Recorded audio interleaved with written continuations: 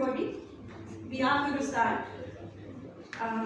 We possibly have to wait a little longer for Indira Jaising, and she's going to take about half an hour, so we'll not wait for her. We'll start. So this meeting has been long overdue. We've tried to finish this handbook for now over a year and a half, and we've struggled a lot for various reasons. And we're actually very happy that we finally managed to put it all together and give it to you. And we look forward to your comments. And this is a work in progress, and this will remain a work in progress always. And we'll always be happy to incorporate all your comments in future. But before I call the others onto the panel, I want to say a few words about what was our experience in putting this together.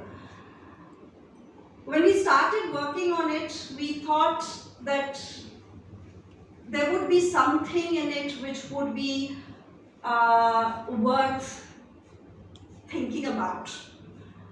And every time we went to a trade union to run these workshops, we heard from grassroots trade unionists that कुछ तो अच्छा होगा इसमें कुछ तो ऐसा है जो अच्छा है. And time and again we had to disappoint them, and therefore we kept trying to find that kuch acha that could be there in the codes. But unfortunately we really couldn't find much. You can give your hand at it.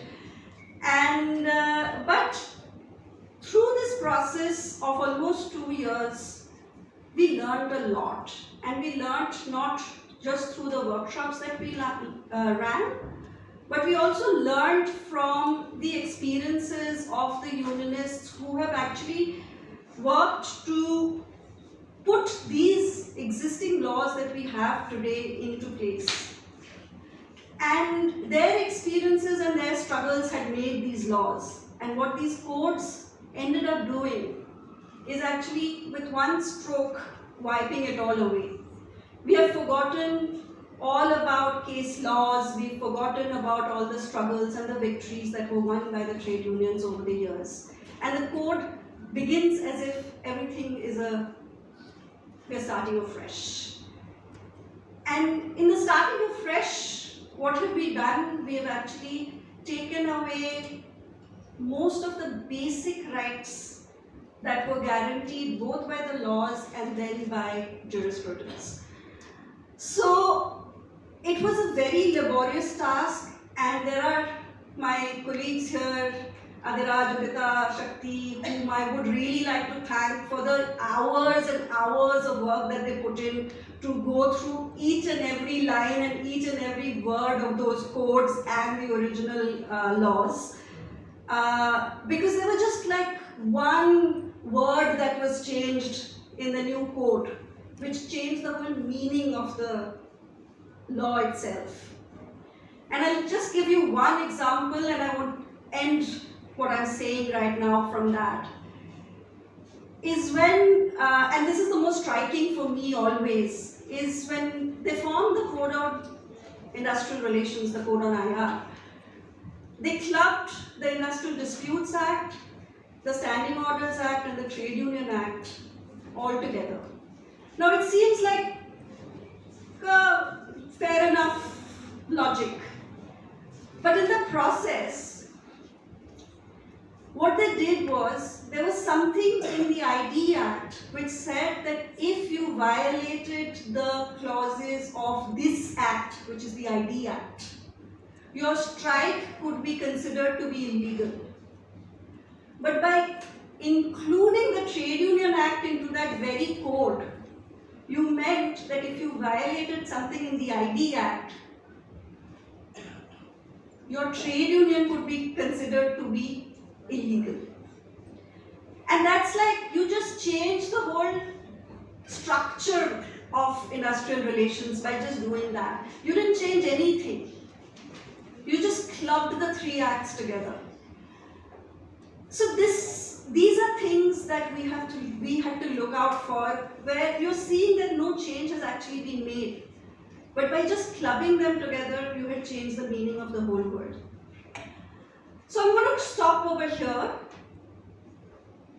with the call that there are some copies there. It has been very difficult for us to produce it, also because Center for Workers Management has gone through severe resource crunch. We've not had any resources in the past to be able to do a lot of work that we wanted to do.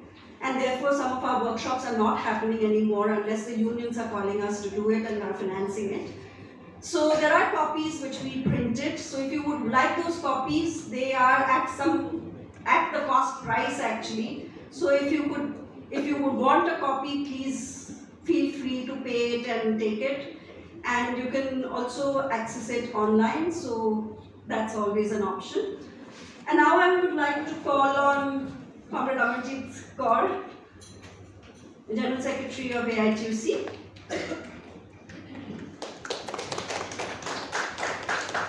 Comrade Gautam Mody, General Secretary, New Trade Union Initiative. And I would request Gautam to chair the meeting from here. You also announce it. And yes, sorry. And of course, Comrade Thankappan, without him, I guess I have to say this, because when you're talking about learning, I think the very basics of understanding labor law is something that we all learned. Many of us sitting in this room, we all learned from him. And it wouldn't have been possible for us to put it together, or for even Center for Workers Management to take this so far without his guidance. Welcome, Comrade.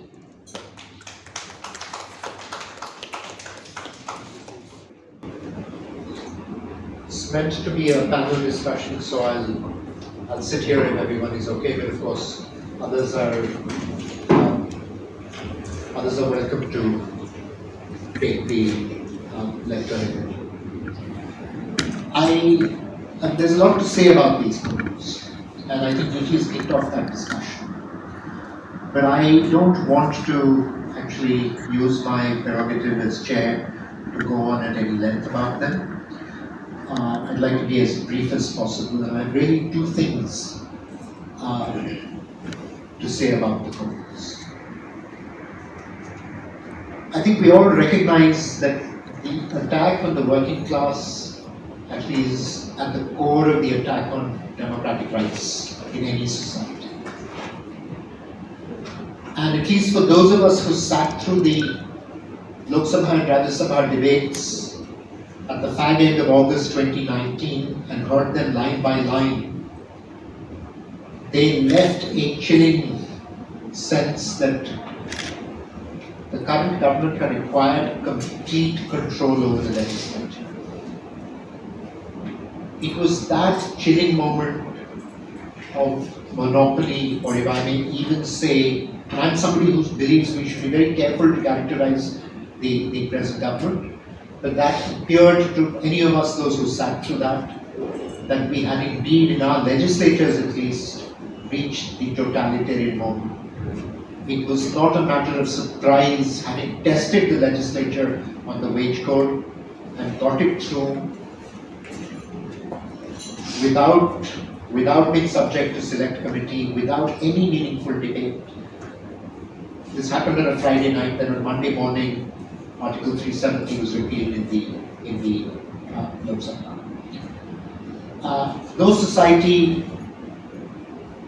In no society can a trade union exist if there is no democracy. So, if I can say this, democracy is dearer to no one than the working class. There's a second thing which I'd like to say, which is unconnected to this, and that is, I think we must also, as trade unionists, recognize that our existing laws still leave out far too many. And somewhere in this fight against the codes, we do need to begin a dialogue amongst ourselves, to learn from our own history and to the way labor law has evolved across the world, including in the global south, most notably in South Africa and Brazil, to building universal laws. I think these, in a sense, to me, are the two key challenges: protecting our democracy and actually building a structure of labor laws in which no worker is left without justice. The idea of this panel was to bring together, I mean, I don't think anybody over here needs an introduction. I hope Indira Jaising will join us soon.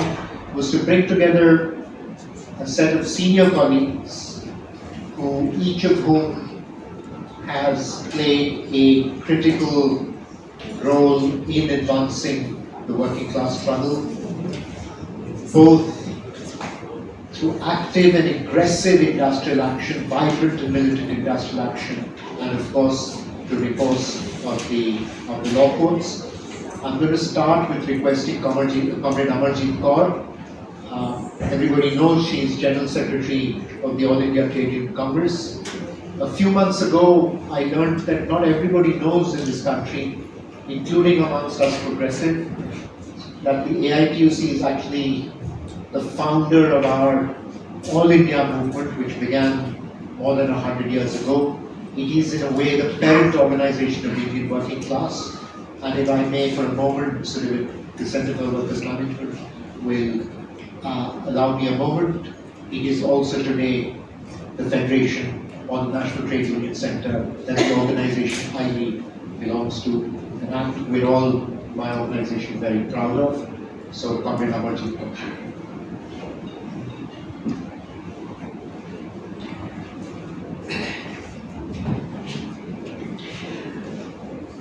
Comrade Chair, Comrade Present, all of you, friends, colleagues. If everybody understands Hindi, I prefer to speak in Hindi, because there will be some who would prefer to listen in Hindi. मैंने इसको पूरा पढ़ा, तो मैं उसी हिसाब से बोल सकती हूँ. Exactly word by word मैंने इसको पूरा पढ़ा, और इसके मुताबिक और जो सही है कि जिसको कोडिफिकेशन बोलते हैं ना, ये 4 लेबर कोड्स, वो कोडिफिकेशन है ही नहीं.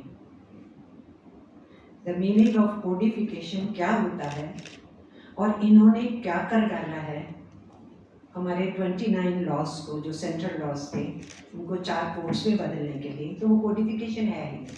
पहली बात जो इसमें इंट्रोडक्शन में दी गई है, मैं टाइप करती हूँ, करेक्ट बोलती हूँ कि ये करेक्ट है जो कहा गया है, जो असर्ट किया गया है.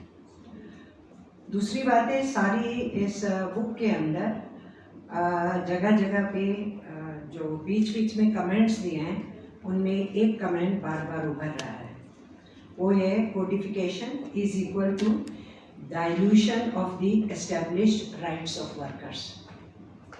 This is very correct statement. यही किया गया है इस कोडिफिकेशन के जरिए से. और फिर मैं देख रही हूँ कि लास्ट चैप्टर के अंदर जब इस तरीके का कमेंट जो पहले ग्रीन में जगह जगह दिया गया, जिसको मैंने पढ़ा, वहाँ लिखा है कोडिफिकेशन, ऑफ कोर्स वो डाइल्यूटिंग वर्कर्स राइट, जो पहले वाली बात है, रिपीट की है. फिर लिखा है प्रोटेक्टिंग एम्प्लॉयर्स. Very correct. ये कोडिफिकेशन प्रोटेक्टिंग, ये प्रो एम्प्लॉयर्स है, ये हम सभी सेंट्रल ट्रेड यूनियंस कह रहे हैं. और अभी अभी जो हम लोगों ने नेशनल कन्वेंशन होल्ड किया 18 मार्च को प्यारेलाल भवन में, उसके अंदर हमने हड़ताल का जो कॉल दिया है, तो लेबर कोड्स का ही मेजर, बाकी एजेंडा के साथ this is the major agenda in labour codes को अपोज करते हुए जो हम हड़ताल पे जा रहे हैं, क्योंकि हम कह रहे हैं कि ये लेबर कोड्स प्रो एम्प्लॉयर हैं. और ये बुक भी यही कह रही है. रिसर्चर्स ने भी अपना जो डिटेल में काम किया है, उसके बीच में ये कहा है. और साथ में लिखा है डेल्यूशन वर्कर्स राइट के साथ protecting employers and curtailing the power of the legislature and states. तो फेडरल स्ट्रक्चर पे तो देश में हमला हो ही रहा है, तो थ्रू लेबर कोड्स भी फेडरल स्ट्रक्चर पे हमला हुआ है. और यही अंडरस्टैंडिंग है सेंट्रल ट्रेड यूनियंस की. तो रिसर्चर्स जो अपनी ये करके इस कमेंट को दे रहे हैं वो सही है कि curtailing the power of the legislature and states, तो इसमें लेजिस्लेचर में इवन पार्लियामेंट की पावर भी कर्टेल हो रही है और उसके यहाँ पर उदाहरण दिए गए हैं, एग्जाम्पल्स दिए गए हैं, कुछ कोट भी किया गया है, तो वो भी एक सत्य है और स्टेट्स के राइट्स को भी बहुत हद तक चैलेंज किया है इन लेबर कोड्स ने, क्योंकि जो लेबर है वो कंकरेंट लिस्ट में है, सेंटर और स्टेट्स। सेंटर को भी राइट्स हैं लॉज बनाने के, स्टेट्स को भी लॉज बनाने के राइट्स हैं, लेकिन चूंकि ये कंकरेंट लिस्ट में है, जब तक रूल फ्रेमिंग में स्टेट्स उन रूल्स को फ्रेम करके नोटिफाई करके उसको लागू करने की प्रोसेस नहीं करते हैं तो वो कानून लागू नहीं हो सकता। It's not only dealing with labor codes, with any law which is in concurrent list. So state governments have a right, and in our constitution this kind of a balance, जो बैलेंस बनाने का कोशिश किया गया बहुत सारे subjects में, जैसे लैंड कंकरेंट लिस्ट में रखा गया, एजुकेशन कंकरेंट लिस्ट में रखा गया, इसी तरीके से इसको भी कंकरेंट लिस्ट में, लेबर लॉज को भी कंकरेंट लिस्ट में रखा गया। लेकिन जिस ढंग से लेबर कोड्स लाए हैं, जिसका जिक्र इंट्रोडक्शन में हमारी साथी यहाँ कर रही थी, हमारी रिसर्चर साथी, वो यही है, एक शब्द को इधर से उधर आप कर दीजिए, एक क्लॉज को इधर से उधर हटा दीजिए, तो पूरा का पूरा उसका जो इंटेंशन है लॉ का वो चेंज हो जाता है।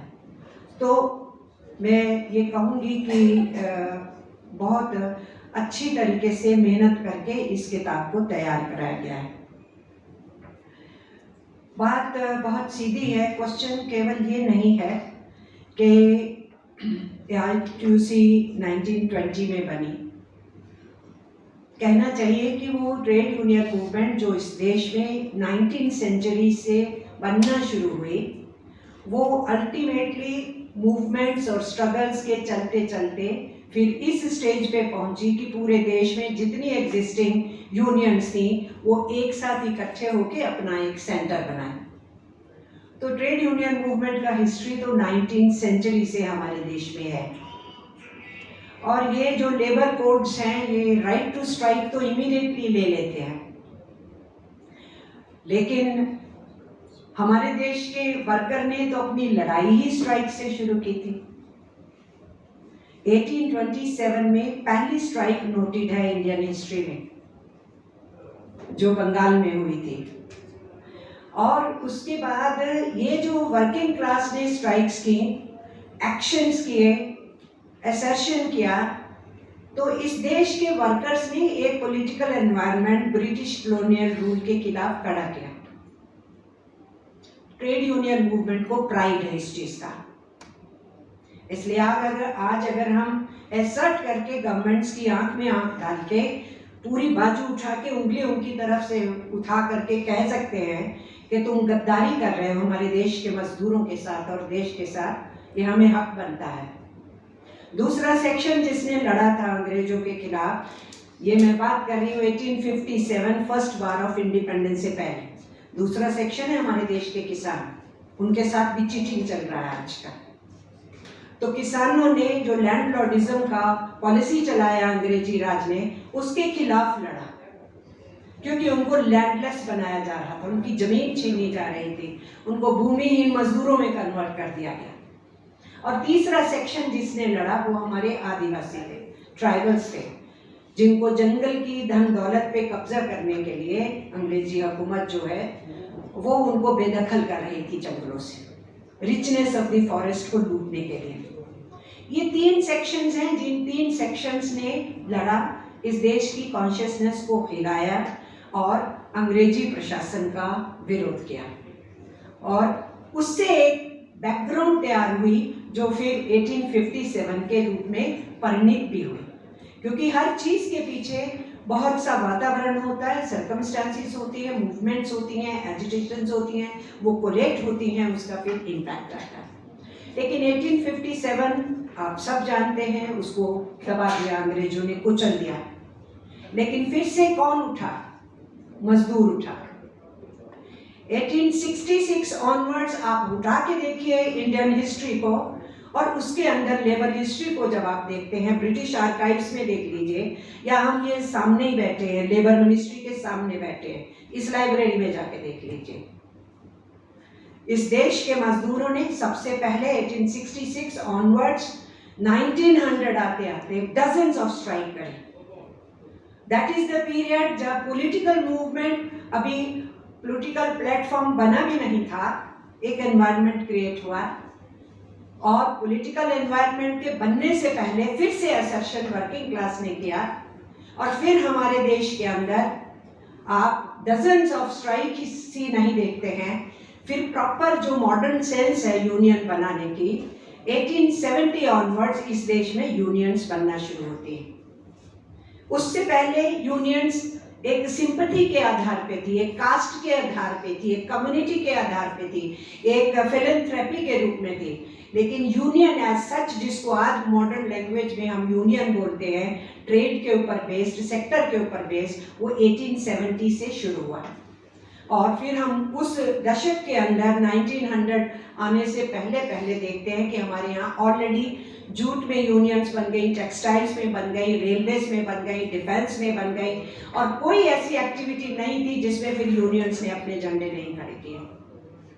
और हिंदुस्तान की ट्रेड यूनियन मूवमेंट ने भी काम के घंटे कम होने चाहिए, इसकी आवाज़ 1866 ऑनवर्ड उठा दी थी। और आप और हम सभी जानते हैं, जो लेबर में इंटरेस्ट रखते हैं उसके बारे में पढ़ते हैं, हम जानते हैं कि जो लड़ाई 8 घंटे की शुरू हुई थी चिकागो में, वो 1886 को शुरू हुई थी। हमारे देश में उससे 20 साल पहले इस देश में जो भी ढांचा छोटा मोटा बना था, उस समय के मजदूरों को नेतृत्व देने वालों ने काम के घंटे बहुत ज़्यादा हैं उसकी आवाज़ उठाई थी।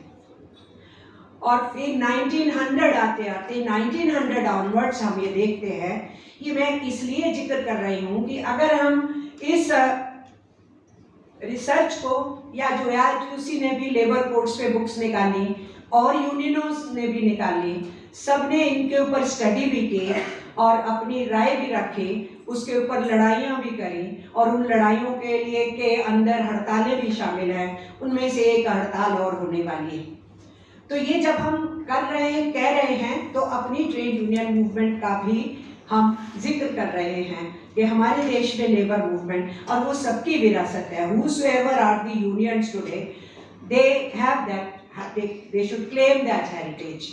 They should understand that heritage. They should take strength from there. They should take motivation from there, and they should see to it that the working class का जो बैटल हुआ हमारे देश में, अपने लिए ही नहीं, फ्रीडम मूवमेंट के लिए भी। तो इस देश का वर्कर, और जब वो यूनियनाइज्ड हो गया, वो 2 काम कर रहा था। वो अपने लिए लड़ रहा था, काम के घंटों के लिए, अपने वेतन के लिए, काम के स्थान पे सुरक्षा के लिए, अपने भविष्य की सामाजिक सुरक्षा के लिए, वो अपने लिए भी लड़ रहा था, और वो देश के आज़ादी के आंदोलन में भी भागीदारी निभा रहा था। So this we have to understand. और केवल भागीदारी ही नहीं, I dare say that the working class also showed the way how to battle, how to struggle against Britishers. क्योंकि शुरू के अंदर 19th सेंचुरी का जो एंड था, उसमें सिर्फ पेटिशंस पे था हमारा फ्रीडम मूवमेंट, लेकिन सड़कों के ऊपर उतरना, लाठी गोली खाना, 3-3 हफ्ते, 3-3 महीने, 6-6 महीने की हड़ताल करना, गोली भी झेलना, फांसी के लिए भी तैयार रहना, ये वर्किंग क्लास ने इस देश में एनवायरनमेंट क्रिएट किया। तो वर्किंग क्लास ने पॉलिटिकल मूवमेंट के लिए भी कैसे बैटल करना है, कैसे स्ट्रगल करना है, कैसे कॉलोनियल रूल को चैलेंज करना है, ये भी वर्किंग क्लास ने दिया। इसलिए आज अगर हम असर्ट करना चाहते हैं कि हमारे ऊपर ये जो कोडिफिकेशन है, ये वर्किंग क्लास के ऊपर हमला है, मैं ये कहूँगी ये वर्किंग क्लास पे ऊपर हमला नहीं है। ये सही कहा इंट्रोडक्शन देते हुए चेयरपर्सन ने कि ये डेमोक्रेसी पे हमला है, क्योंकि ये वर्ल्ड वाइड अंडरस्टूड है कि जिस देश में यूनियन बनाना ही मुश्किल कर दिया जाए, समझो उस देश में डेमोक्रेसी खात्मे की तरफ है। To allow workers to come together, unionize and ask for collective bargaining is the first democratic right of any society. तो अगर यूनियंस पे अटैक है तो डेमोक्रेसी पे अटैक है, हमारे कॉन्स्टिट्यूशन पे अटैक है, हमारी कलेक्टिव बार्गेनिंग पे अटैक है। और हम लोगों ने, हमारी जो वर्किंग क्लास हिंदुस्तान की या दुनिया के, ह्यूमन राइट्स का दिन तो सारी दुनिया मना रही है ना। अब यूएनओ ने 10 दिसंबर डिक्लेयर कर दिया, सारी दुनिया मना रही है। लेकिन ह्यूमन राइट्स का डिस्कोर्स किसने शुरू किया? लेबर मूवमेंट ने शुरू किया, जिन्होंने कहा हम जानवर नहीं हैं, हम ह्यूमन बीइंग हैं, हम क्रिएटिव बीइंग हैं, हम सोच सकते हैं, इसलिए हमें जानवरों की तरह मत पेलो। 24 घंटे हैं तो जो मेडिकल फ्रेटर्निटी बोलती है हम उसको फॉलो करते हैं। 8 घंटे से ज़्यादा आप डिलीवर नहीं कर सकते। हम 8 घंटे काम पे करेंगे, हम 8 घंटा फैमिली को देंगे, 8 घंटा हम आराम करेंगे। This is how 8 hours working की लड़ाई शुरू हुआ था। और वो अल्टीमेटली 1919 में जब ILO बना तो कन्वेंशन नंबर 1 8 घंटे का हुआ। लेकिन लड़ाई कितने साल चली?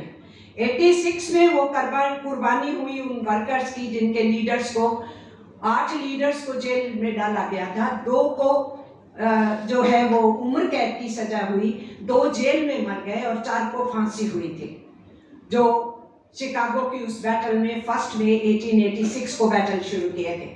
लेकिन इमीडिएटली मे डे नहीं शुरू हुआ था। 1889 में इंटरनेशनली मीटिंग हो रही थी वर्कर्स की, उनकी ऑर्गेनाइजेशंस की, उसके अंदर ये डिस्कोर्स में आया, डिस्कशन में आया कि 86 को 1 मई को जो लड़ाई शुरू हुई उसको रोको मत, उसको भूलो मत, उसको थमने मत दो, उसको हर साल लड़ो और मे डे मनाओ। तो मे डे का नारा 1889 से शुरू किया गया और हमारे देश में तो 1923 में पहली बार तमिलनाडु के अंदर हमारे मजदूरों ने, आज उसी यूनियन के लीडर ने उसको सरंजाम यहाँ दिया था। पत्नी पास में खड़ी है, झंडा है नहीं हाथ में, मजदूरों के खून से जो कपड़े रंगे थे उसी से उन्होंने अपना लाल झंडा बनाया था, वही पूरी दुनिया में प्रचारित भी हुआ। अब इनको तो मे डे बनाना है तो झंडा फहराना है और वो पहली बार हो रहा है, तो पत्नी ने लाल साड़ी पहनी थी और उसके पल्लू को फाड़ा, उसको झंडा बनाया। मेरे देश में ऐसे मे डे की शुरुआत हुई और वो तमिलनाडु से शुरू हुई थी।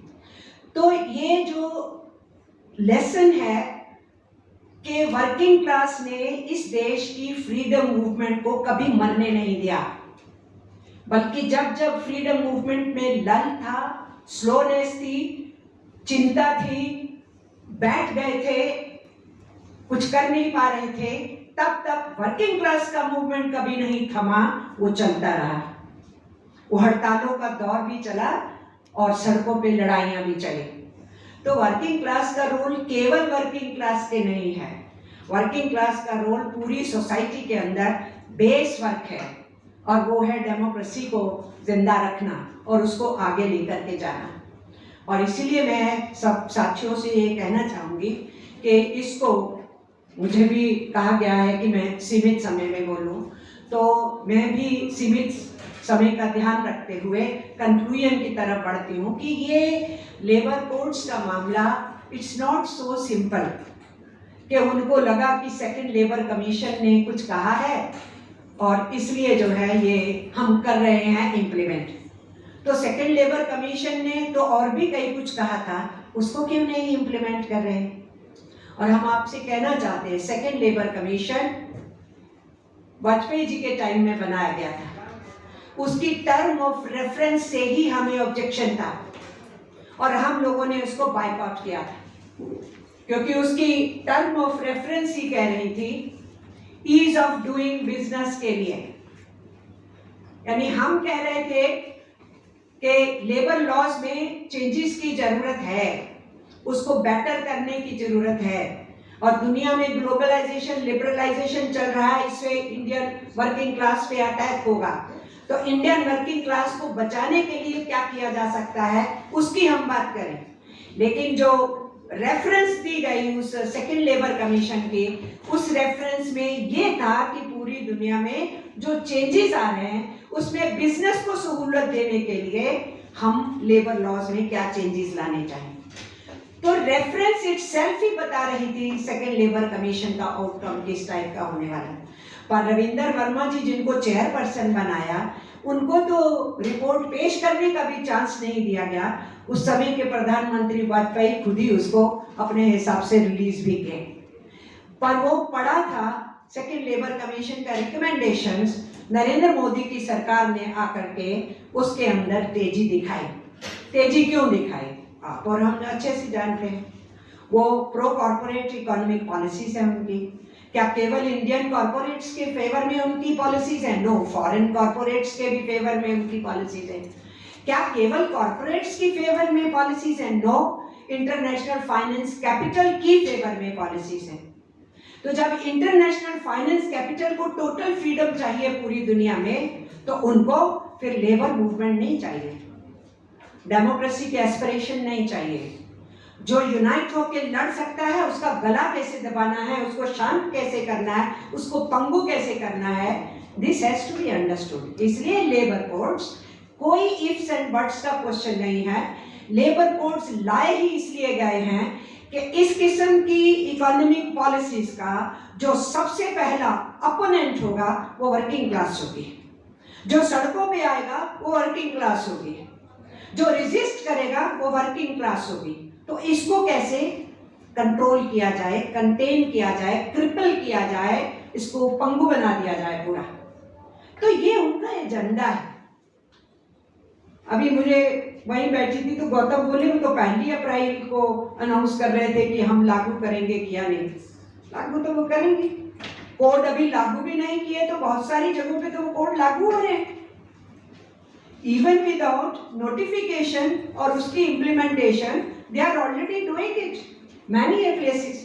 तो वो करेंगे, किस ढंग से करेंगे, कौन सा मौका चुनेंगे, क्योंकि वो रिफ्लेक्शन में अपने मीडिया को एक एजेंडा दे देते हैं जिसपे बोलते रहें और धीरे से पीछे से इतना बड़ा काम कर देते हैं जो देश के लिए बहुत नुकसानदायी होता है, बहुत घातक होता है। वो करेंगे। इसीलिए हमारे सामने बिल्कुल क्लियर एजेंडा है। वो सब लोग जो लेबर लॉज पे काम कर रहे हैं, जिस भी फील्ड में है, चाहे जुडिशरी में है, चाहे रिसर्च में है, या डायरेक्ट ट्रेड यूनियन वर्क कर रहे हैं, या सोशल वर्क कर रहे हैं, या एनजीओज में काम करते हैं, वरीड अबाउट लेबर हैं, उन सब के सामने आज ये इशू है कि हम लेबर कोड्स को इस प्रेजेंट फॉर्म में लागू नहीं होने दें, क्योंकि ये लेबर कोड्स एग्जिस्टिंग लॉज को तो खत्म कर ही रहे हैं। जिन क्लॉजेस से इनको कोई प्रॉब्लम नहीं आता है उसको साथ में रख लिया है, और जो क्लॉजेस वर्कर की फेवर में थे उनको हटा दिया गया है, और जो और डैमेज कर सकते हैं उनको जोड़ दिया गया है। तो वो आपके कमेंट्स जो शुरू में आपने दिए हैं वही ट्रुथ है। और उस ट्रुथ को समझते हुए मैं सोचती हूँ कि जो भी इन लेबर कोड्स पे काम आ रहे हैं, अलग अलग लोग कर रहे हैं, ट्रेड यूनियंस कर रही हैं, आप CWM ने भी आपका जो सेंटर है CWM ही बोलते हैं ना एप्लीकेशन में, आप लोगों ने काम किया है, तो I appreciate really that work. It's worth reading. जो भी लेबर कोड्स पे आ रही हैं स्टडीज उनको पढ़ना चाहिए, और इसको भी मैंने पूरा पढ़ा। मैं आपसे कहूँगी कि इसको पढ़ना चाहिए हमको। इसकी फर्दर क्रिटिक भी आप इसमें ऐड करना है, कीजिए अपने अपने ऑर्गेनाइजेशंस में और इसको आगे बढ़ाइए, क्योंकि ये सबका कलेक्टिव वर्क होना बहुत ज़रूरी है। चैलेंज बहुत बड़ा है, और हम आपको बता रहे हैं कि ऑलरेडी जब ये कोड आया नहीं तो उन्होंने डी यूनियनाइजेशन की प्रोसेस कर रखी है, D recognition of unions already कर रहे हैं, और लीडर्स को पनिश करना ऑलरेडी कर रहे हैं, प्रोटेक्टेड वर्कमैन को कहीं भी ट्रांसफर करके फेंक रहे हैं। जो हमारे स्टैंडिंग ऑर्डर्स में प्रोटेक्टेड वर्कमैन है, हमारे IT एक्ट में प्रोटेक्टेड वर्कमैन है, वो यूनियन लीडर्स हैं, उनको उठा के कहीं भी पटकना वो ऑलरेडी किया हुआ है। हम बहुत सारे सेक्टर्स में उसको झेल रहे हैं, हर रोज उसको देख रहे हैं। हम बाकी यूनियंस को कह रहे हैं अपने अपने यहाँ अगर चिट्ठी नहीं दी हुई, जो चुनाव किए हैं राइटिंग में लेटर दे दो कौन प्रोटेक्टेड वर्कमैन है, क्योंकि उनको इलेक्शन होने के बाद आप लेटर दे देते हैं, उसके बावजूद भी वो क्या कह रहे हैं, नहीं हमें कब पता, आपने कब सूचना दी। कोई स्पेशली उसकी सूचना नहीं देते होते। आपकी यूनियन का इलेक्शन होता है, उसकी सूचना आप मैनेजमेंट को देते हैं। उसमें जो इलेक्टेड ऑफिस बेयरर्स हैं वो कोर्ट के हमारे एक्ट के हिसाब से वो प्रोटेक्टेड वर्कमैन है। अब ये भी एनएमडीसी में हम देख रहे हैं हमारे 2 प्रोटेक्टेड वर्कमैन को किस तरीके से उन्होंने जबरदस्ती ट्रांसफर किया, फिर शो कॉज नोटिस दे दिया, ज्वाइन क्यों नहीं कर रहे हैं। तो ये बहुत जगह पे हो रहा है। पोस्टल की 2 यूनियंस का डीरेकॉग्निशन कर दिया। और जिस तरीके से ये कोड बनाए गए हैं, डीरेकॉग्निशन बाएं हाथ का खेल होगा। यूनियंस बनाना ही मुश्किल होगा, फिर उसको रजिस्टर कराना मुश्किल होगा।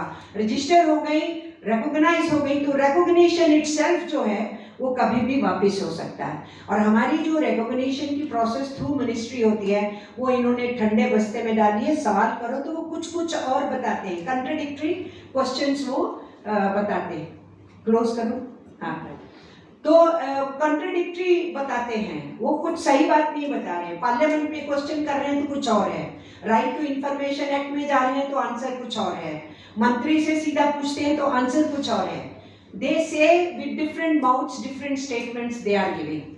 तो उस सारी सिचुएशन में बहुत सारी चीज़ों में, क्योंकि सब कुछ ये सेंट्रलाइज करना चाहते हैं, फेडरलिज्म को ख़त्म करना चाहते हैं, डेमोक्रेसी के जरिए से इतने बड़े देश को आगे इंक्लूसिवनेस से आगे ले जाया जा सकता है, उसको ये ख़त्म करना चाहते हैं। इसलिए ज़्यादातर कोर्ट्स के अंदर हम ये देख रहे हैं कि बहुत सी जो की पावर्स हैं ना वो सेंट्रल गवर्नमेंट अपने हाथ में ले रही है और उसमें से पार्लियामेंट के रोल को खत्म कर रही है।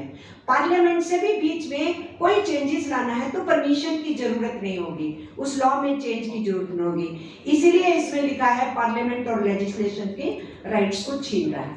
तो ये बहुत भयावह है, लगता नहीं है लोगों को। और मैं हैरान नहीं हूँ अगर कोई कुछ वर्कर्स ने कहा इसमें कुछ अच्छा हो।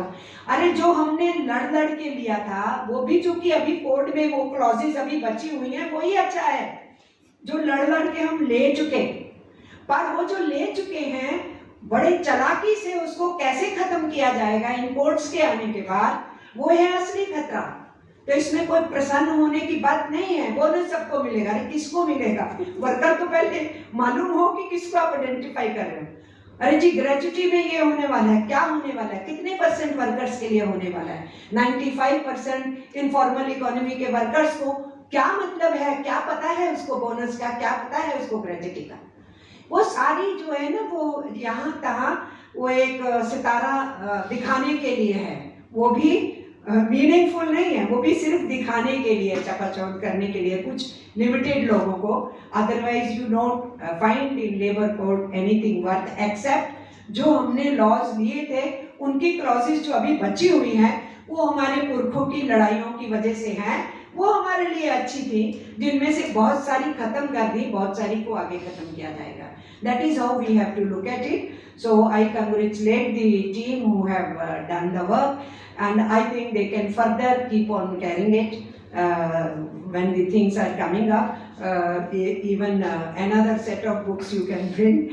These books should be used by the trade union leaders, and all those we should share with each other. Any other trade unions have done some work on this, we have to share that. We have done something we would like to share with everybody. So this is the time for everybody to come together. Unfortunately, political class अभी तक इसकी seriousness नहीं समझ रही है, ये मैं frankly कहूँगी। लेफ्ट तो चूँकि वर्किंग क्लास की पॉलिटिक्स करता है तो वो तो बोल देता है, लेकिन most of the political parties अभी भी नहीं समझ रही हैं कि ये देश की वास्ट मेजॉरिटी पॉपुलेशन के साथ केवल धक्का नहीं हो रहा है, इसके जरिए से टोटल एंड डेमोक्रेटिक एनवायरनमेंट को फिनिश करने का ये एजेंडा है। इसलिए all political parties need to speak, it's very necessary. और इसीलिए ट्रेड यूनियन मूवमेंट को और तेज होना पड़ेगा, बुलंद होना पड़ेगा। और 20 मई की हड़ताल के लिए जो हम तैयारी कर रहे हैं उसको शानदार हड़ताल हम करना चाहते हैं। हम किसानों को भी अप्रोच कर रहे हैं, अगर वो भी उस दिन का कोई आह्वान दे सकते हैं। हम दूसरे सोसाइटी के जो सेक्शंस हैं, मूवमेंट्स हैं, वुमेंस की, स्टूडेंट्स की, यूथ की, उनको भी अप्रोच करने की कोशिश कर रहे हैं। हर कोई अपने अपने एजेंडा को जोड़े, अपनी बात करे और फिर वर्किंग क्लास के साथ भी एकजुटता जताए। तो 20 मई का दिन इन्हीं लेबर कोड्स को चुनौती देने के लिए है। बहुत बहुत शुक्रिया, आपने बहुत ध्यान से सुना। ये इस कमरे में कोई भेदभाव नहीं है। ये कोई ऐसे नहीं कि पहला रो कोई वीआईपी, यहाँ इस कमरे में हम सब एक समान हैं। जिसको बैठना है प्लीज आ जाइए सामने, काफी 8-10 कुर्सियां खाली हैं, आ जाइएगा। हम सब एक ही वर्ग के लोग हों। Thank you comrade Amarjeet, comrade Amarjeet, I think really captured both our history and the present. I just want to articulate one thing which I think is at the core of the codes. The codes are not a codification of law as we understand it. The codes are actually the codification of the violation of rule of law that has become customary, and employers have the impunity to go forward. So that is actually what the codes are. I mean, I can give you examples, but perhaps we can talk about that later. हमने खास comrade थंगप्पन को इसलिए जरूर जिस trade union के हिस्से संभालते हैं उनका उसमें बहुत जबरदस्त श्रेय रहा है। वो सीडब्ल्यूएम के फाउंडर भी हैं, लेकिन वो उस पीढ़ी के ट्रेड यूनियनिस्ट हैं जो जिन्होंने फर्स्ट नेशनल लेबर कमीशन देखा, he saw the contract labor act coming, he saw the bonus act coming, and if people talk about rights, the bonus act, most people forget ये पैसे की बात नहीं। The core of the bonus act was that it gave workers and their unions access to corporate information about private corporations. That was the importance of what was the victory in the bonus. Comrade Thankappan. I think Comrade Thankappan will sit. That's probably the best thing for him.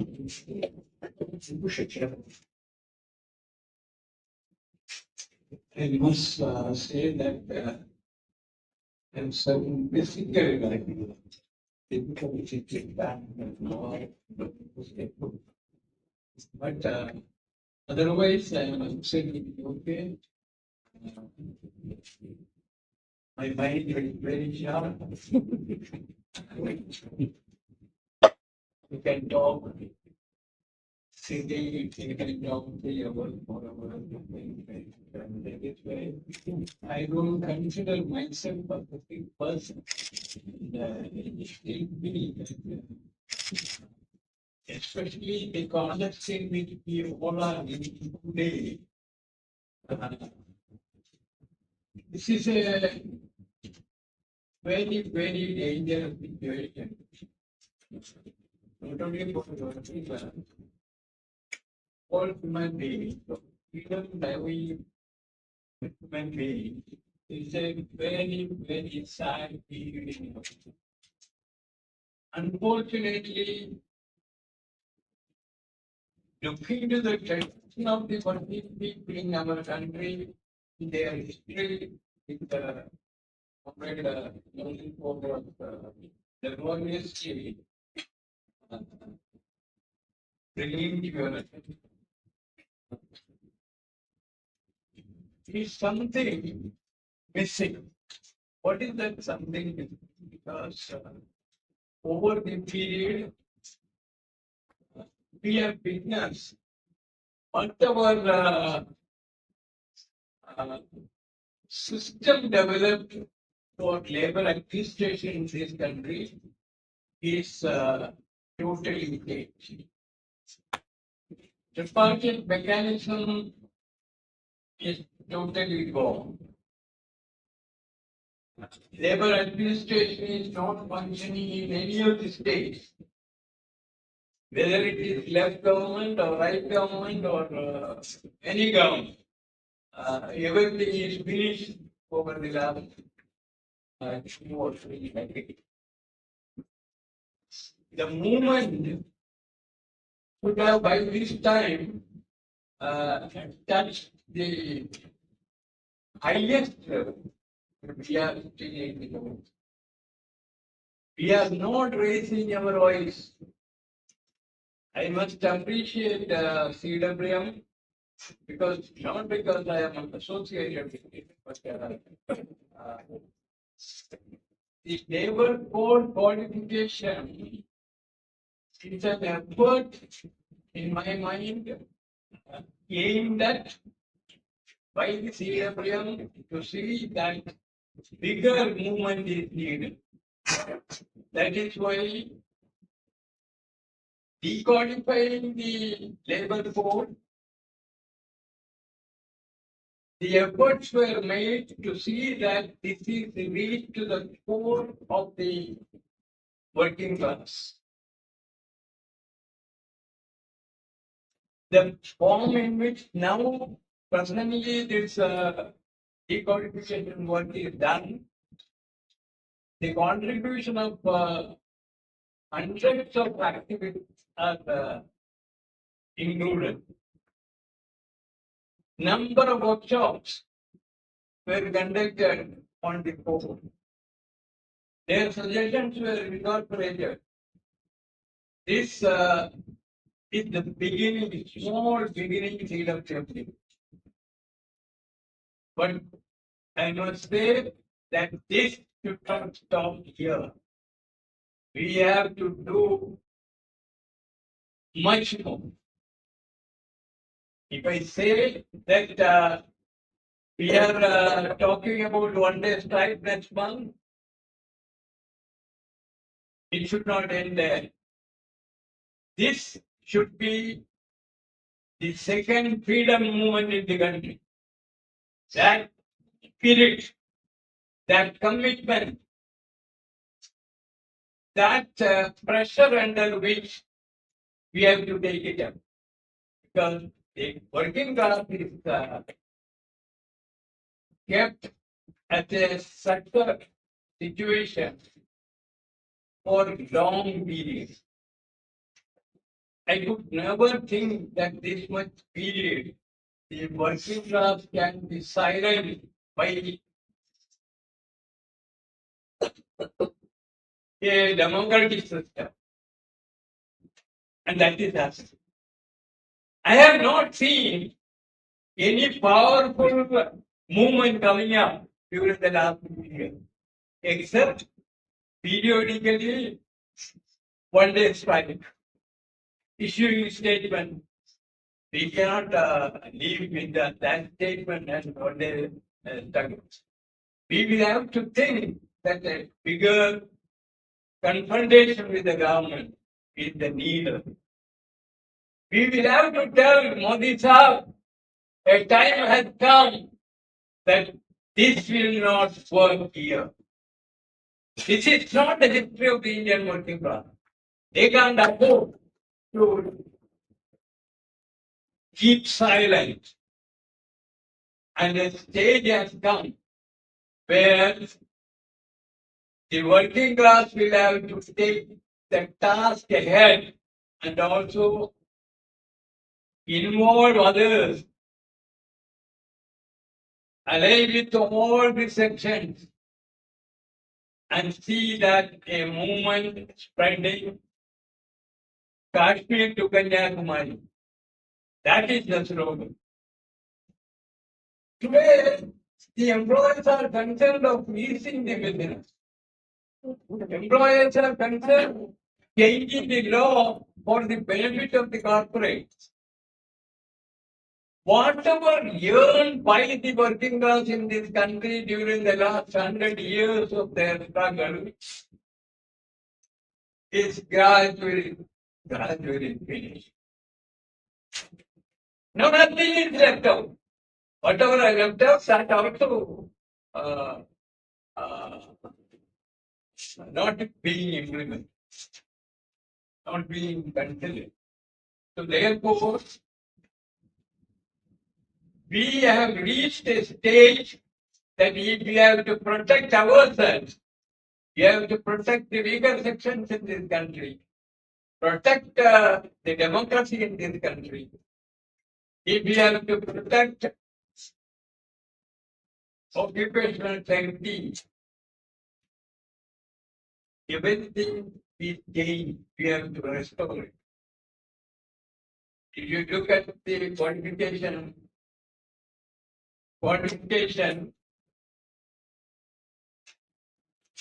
Comrade Amarjeet has explained very elaborately. It is not qualification. It is something which can be termed as whatever is left out for the benefit of the worker. So therefore, a stage has come that bigger movement is the need of the effort.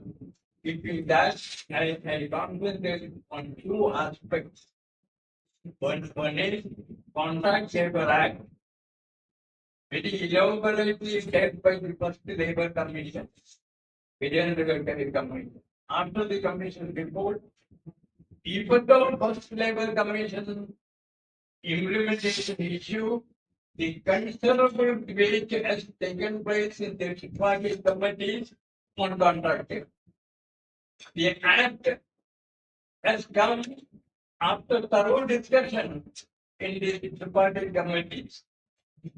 And the intention of the act at that point of time, gradually, this rented system should finish. That was the intent. But what has actually happened is the contract system has grown.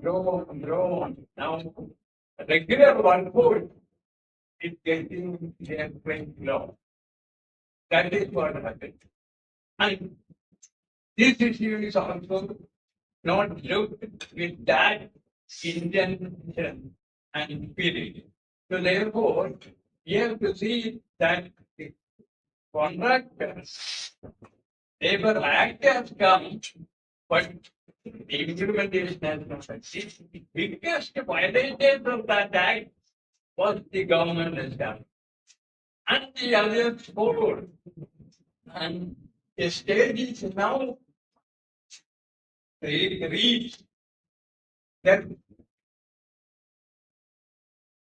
there won't be any regular workforce in this. Because contract system has reached to a particular level. Now, the organized workers fighting strength has reduced. And they are also responsible. I must say that the corporate and the government very cleverly manage the organized workers in their favor. They are the parties to this naked exploitation. And that is why many unions today getting some salary bargaining benefit at the cost of the contract labor and unorganized. So therefore, they are also equally responsible, but they have reached a stage now their collective organization is getting long. If they have to protect their interests, they will have to look to the unorganized workers and a whole working class, permanently working class. So therefore, I want to tell you that the Contract Labor Act is fully converted and with the code, it is converted in such a way that the intention or interest of the law is not at all available to us. The other aspect Gautam has pointed out, the Bonds Act has come, that was the act given writing corporate information to the and they tell you. And with the code, whatever information, whatever norms are to be followed, that is the no, whatever right the workers got, that right is done. And that is the essence of the economy. So, what I would say is, thinking that this code can be stopped by thinking on work. The struggling is very, very important. That struggle, building up that struggle, the union movement will have to be rebuilt. And that rebuilding of the union movement should be a task which should unite your movement. The fight against the body, the labor code, we have to take it as a fight for rebuilding the movement in this country and strengthening the movement in this country. And that alone can bring change in this country. Union movement cannot be silent. We will have to fight it out, resist it, and rulers must understand that this won't work in this country. The tradition, our tradition is not allowing us to keep quiet. Our fight should continue. And for that, the movement will have to be rebuilt.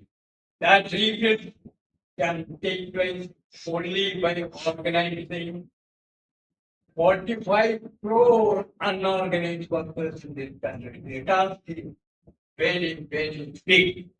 But that task should be taken on our shoulders. And the movement which should start against the labor code should spread in such a way that Mody cannot dare to implement the labor code. And that situation is the need of the hour. And I am confident that if we are building the unorganized workers and unification process is initiated, that should be the task ahead. And the trade union movement will actually sit together and seriously think about rebuilding the movement. That should be the task ahead.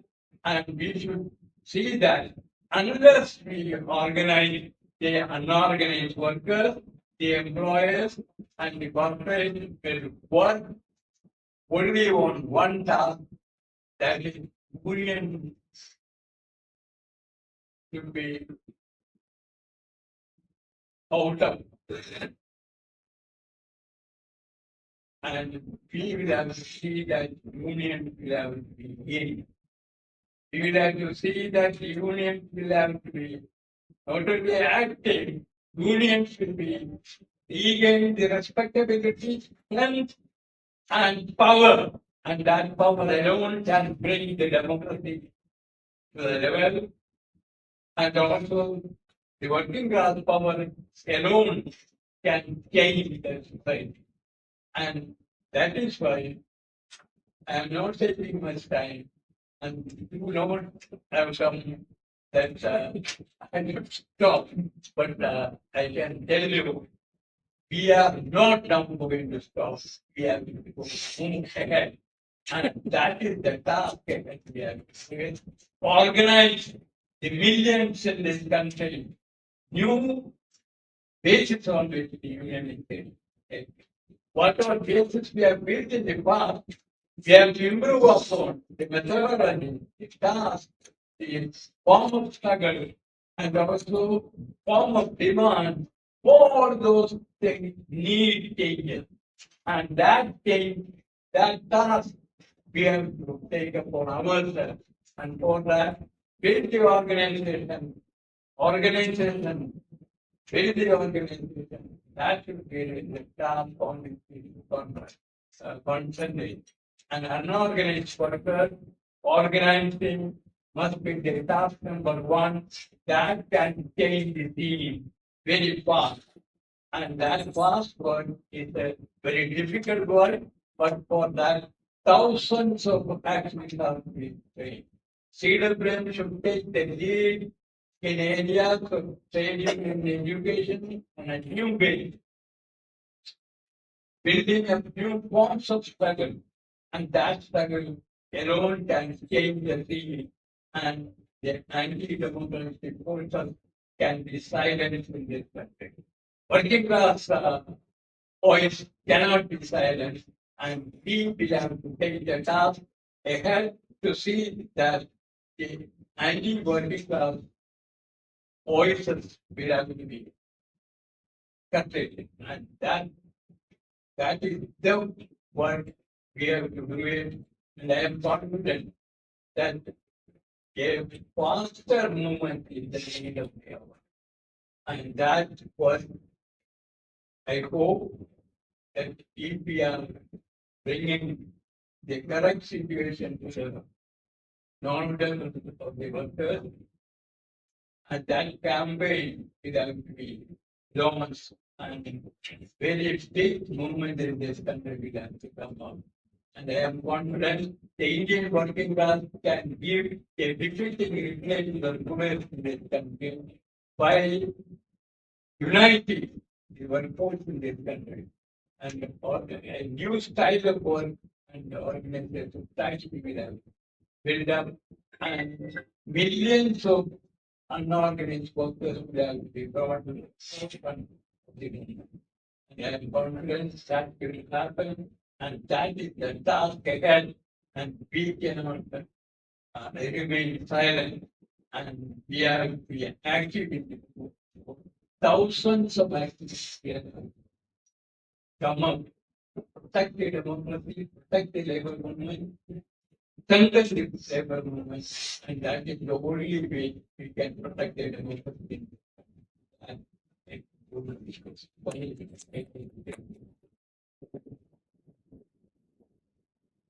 Thank you. I apologize for preparing you, but unfortunately, sometimes you have to curtail your mental. Um, before we go, I think there can be no doubt that the challenge that lies, the challenge of the working class, the trade unions, and that challenge can only be won if it is militant. I think there can be no dissension. Before we go forward, I just want to note there are, not everybody unfortunately can be invited to speak, but there are very many dear friends in this room who are as important as everybody else and on the panel, including Comrade Vidyanand Giri of AITUC, Anand Grover, Senior Counsel with the Supreme Court, Professor Praveen Jha, Sujata Madhok, who led many battles of journalists in this city and across the country. Pablo Philippos, who's been a long-standing journalist, and of course also seen in her days both in Bombay and then in Delhi, has stood by and fought with the working class wherever these battles are. I'm sorry if I'm missing anybody, but thank you very much all of you for joining us. When CWM said who should we call, I said everybody we call should be somebody who's played a role in opening up more workers' rights and advancing labor rights and in defending labor rights. A few days ago, a young trade union leader who was bringing a case for equal pay for equal work to the Supreme Court asked me, who should we engage as our senior counsel in the Supreme? So I said, you should engage Indira Jaising. And she looked at me and said, Indira Jaising does labor law also. This is the point about the passage of time. She straddled the constitutional court, but people forget that Indira actually began life as a labor lawyer, and as being lawyer to many of our unions. I had the our young trade ministry of briefing her ever briefing a lawyer. She was the lawyer I briefed the first time. So Indira just. Sure, why don't you take it? Thank you. Thank you, Gautam, for that very interesting little story about the horror and surprise that your young friend felt when you told them that why not brief Indira Jaising for equal pay for equal work. Now, what does the story tell me? Two or three things. There can be no trade union movement without a constitution of India, okay? Yes. I am a very strong believer in the constitution of India. And from the day I started my practice, whether it was in the labor court or whether it was in the high court, I don't remember a single day that I walked into a courtroom without a copy of the Constitution of India in my hand, including in the labor courts. So I think one thing that this little story should clarify for everyone is there can be no trade unionism without the Constitution and no Constitution without the working class. So it's very important to remember this link.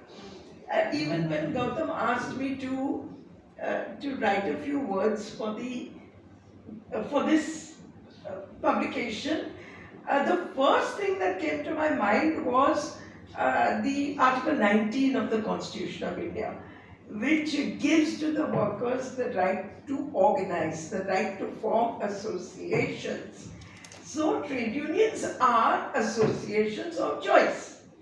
And every person in this country has a right to form an association of their choice.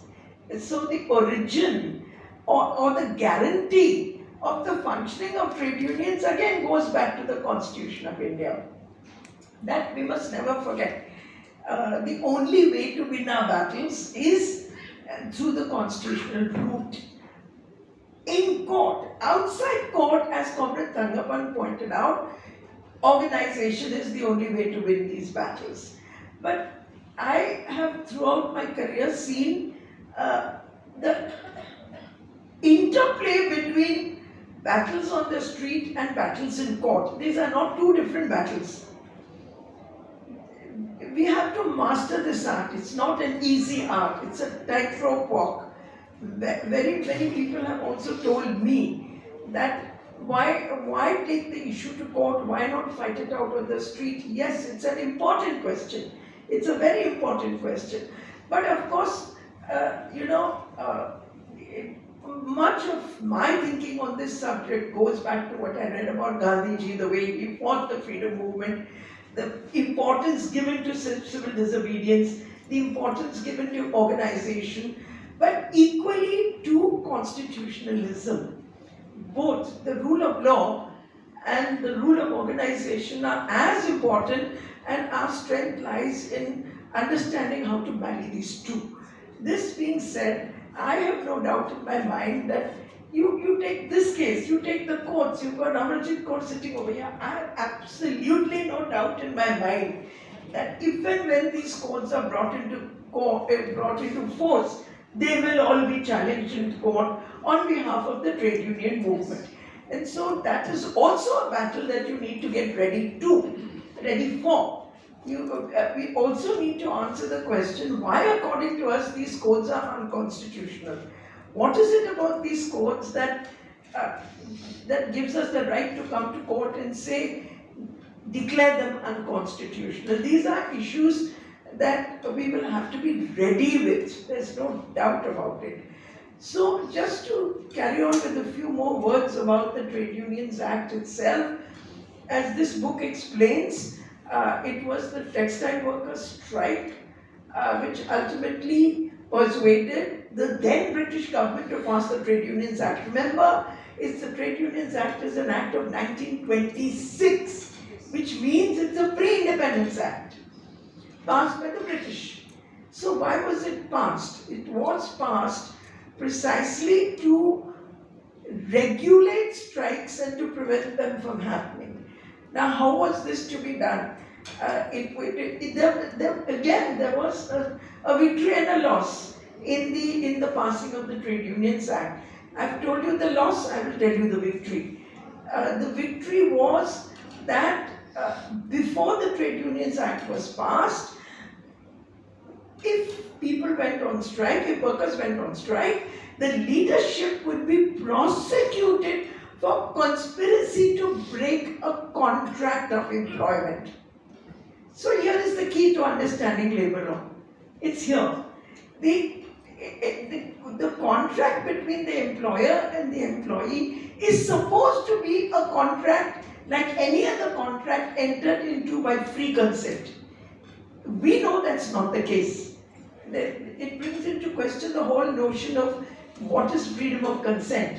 When can you say you're freely consented to a contract?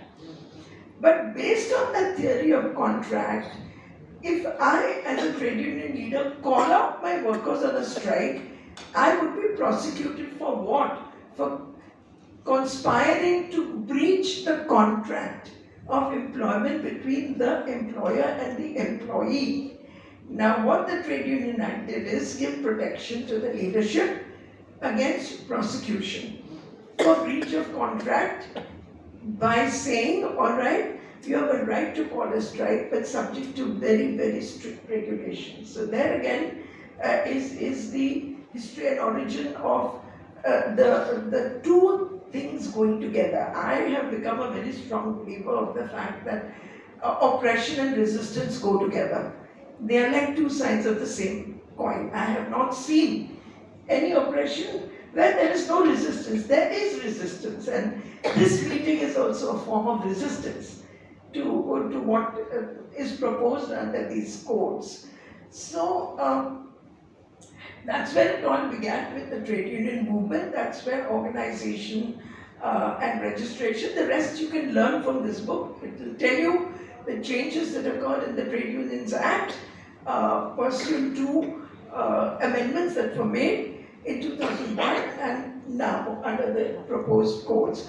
Let me move on to another issue which I consider again important as far as these codes. No, the history is concerned. You can't get away from the history of colonialism in this country. We can't get away from the common law. We can't get away from the English laws that have been bequeathed to us. Now, again, if you talk about the law of contract, if the contract is breached, in the UK, it was the law of hire and fire.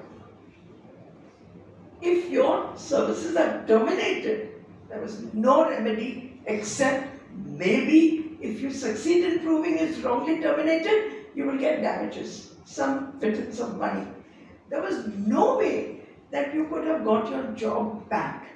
And so this is one of the biggest breakthroughs in labor law that has been made in this country, as a complete departure from British law. Since independence, our courts have said a wrongful termination, when there is a wrongful termination, workers can be reinstated. So the concept of reinstatement did not exist in British law. I think it's very important to remember this history, because it is this history that we want to carry forward. And now comes the obvious question, Comrade. Amarjeet has already told you the motivation behind these laws. From the phase of liberalization in 1991, privatization and liberalization, to 2014, the story has changed. It's now not confined only to liberalization. It's now these codes are introduced for, quote unquote, the ease of doing business. That's it. Now, nothing can be more explicitly told to us except to be told that we have introduced these codes for the ease of doing business. There's a complete jettisoning of the rights of labor. Complete. And this is where I think we have to hit the nail on the head, because our constitution also guarantees in its directive principles the right to work, the right to fair wages, the right to a decent standard of living. All these are guaranteed. What happened to them? Sacrifice at the altar of the right to do ease of business. It's a serious issue that we will have to take up in all our agitation, in all our organizational work. And there again, it is only the Constitution that is the tool that we have if we intend to take these issues to court. And as I said, I have no doubt in my mind that these issues will be taken to court. But ultimately, at the end of the day, it's all about what Comrade Thankappan said. It began with contract labor. It began with putting a barrier between the direct relationship between employer and employee, and putting an intermediary in between, the contractor. We all know the history of the Contract Labour Act. We all know what the courts did to it. By the way, in 1991, one of the biggest losses we suffered was the disinvestment of Banco, which led to the insecurity of employment of the workers employed over there. Many of them were sacked. A public sector company which quote unquote disinvested. The case was taken to court. The case was lost, and the court said government has a right to disinvest. We can't stop them from disinvesting. So these movements on behalf of the governments have been going parallelly, driving more and more people out of the protection of the public sector into the private sector, and driving more and more people out from the private sector into the so-called unorganized sector. So until today, we find ourselves in a situation where you have this division of what is called organized labor and unorganized labor. I am not able to see what is the distinction between the two, except to say that organized labor, there's no definition of what is organized labor. It only says labor which is covered by the Factories Act, labor which is covered by the Standing Orders Act. But what is that labor? That labor is what you say it is. That's the point. You tell us what that is. And as the codes will indicate, as this book indicates, more and more people are being taken out of the protection of the Factories Act and of the Standing Orders Act simply by changing the one little section which defines applicability, where it said a factory is where power is used which employs more than 20 workers. Now you can just say 100 workers. And by that means you are converting organized to unorganized labor. So there is actually no difference between organized and unorganized labor, except to say this law will apply to you and this law will not apply to you. The intention, of course, is very clear. The intention is to deny a lot of retirement benefits, social welfare benefits, whether it be gratuity, whether it be provident fund, whether it be pension. Public sector was considered a very desirable employment because they are protected by Article 311 of the Constitution of India, where no person can be demoted or dismissed without due authority of law. And then, of course, retirement. That too now is being undermined through what they call lateral induction within the public sector, denying also the right to reservations for scheduled castes and scheduled tribes. And finally, of course, the whole issue of equal pay for equal work, which is where this small story began. What amazes me is that we got an Equal Remuneration Act in the year 1976. By the way, it's an emergency piece of legislation. No matter how much Mrs. Gandhi is bad-mouthed, some of the good things she did is she brought the Equal Remuneration Act of 1976, and of course Anand keeps reminding me she also introduced a regime where you can have generic medicines produced and the right to health can be guaranteed. So be that as it may, the thing is that I feel that we have many battles ahead of us, both inside court and outside court, and I will certainly read this book very carefully because frankly, to tell you the truth, I have not been able to decode these laws at all. They're codified, but I have not been able to decode them, and I'm hoping that this book will help me to decode them. Thank you very much.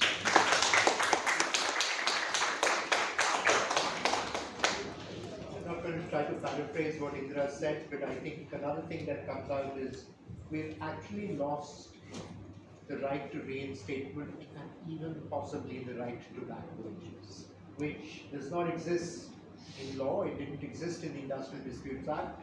But I would urge you all to read the volume. There's a very heartwarming foreword from Indira in which she tells us about how our labour law actually shifted from common law to that of rights in the case of the Buckingham and Carnatic Mills case in 1951 on the question not just of back wages but also of retrenchment. It's almost 6:30. not the logic of this शहर का जैसे संस्कृति नहीं है कि ऐसी meeting लंबी चले, लेकिन मेरे ख्याल से अगर किसी के पास कुछ सवाल है तो एक राउंड तो कम से कम हो सकता है, 3-4 सवाल साथ लेंगे। अगर आप बताएं कि किसके लिए सवाल है या we will ask one of the panelists to answer the question. Please.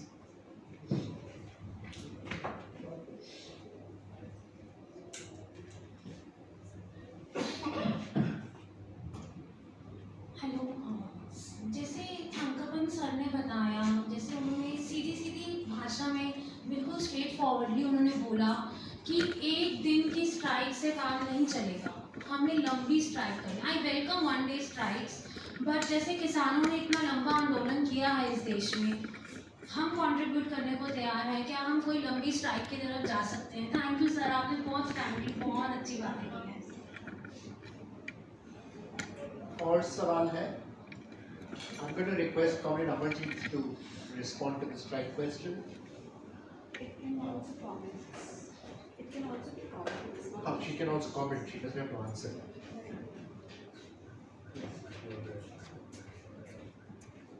Is there anybody else? Thank you to all the speakers. It was very interesting listening to each one of you. Wanted to ask you, the situation in which these codes were passed, it was after the Kisan laws were passed, it was during COVID, and that seemed to indicate a certain secrecy with which the government hoped to pass these laws. So there's bad faith in this entire process, which is apparent from the beginning. So I want to know if any of you have any thoughts on the way it was passed, these laws.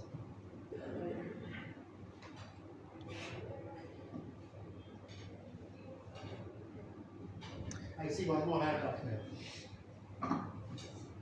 Thank you, comrades. That was enlightening to go from the history to what we should be doing and to see my old comrades up there. Congratulations, CWM. I think the question I have, and I think I'm echoing Comrade Thankappan here, and the young lady who asked the question before, why are we not, Comrade Amarjeet, if you could, what is needed for us to build up the kind of resistance on the ground that is required to challenge the government and to challenge the employers?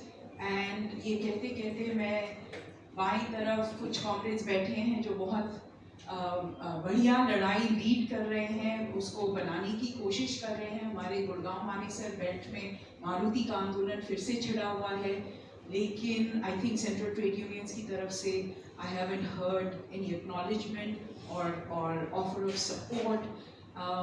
And it also goes to what Ms. Jaising was saying about pushing more and more workers into the unorganized. I think what the Maruti workers are doing, challenging the use of various forms of informality. So whether they are apprentice, temporary workers, contract workers, all kinds of temporariness given to these workers. They're challenging, they're trying to mount a very militant movement on the ground. But Ms. Jaising, is there a corollary to that? Can this be challenged in the court as well? The way that informalization of the employment contract in the organized sector is happening. Thank you. Can we keep the questions brief? Anybody else? I see one more hand there. But brief, please. Kind of a legal question. So I was looking into the relationship between collective bargaining and constitutional law, and the only thing I could find was Article 19 and also Article 43A, but that's not justiciable. And later there were some cases also which held that there is no constitutional right to strike as such. So if you could elaborate on that a little bit.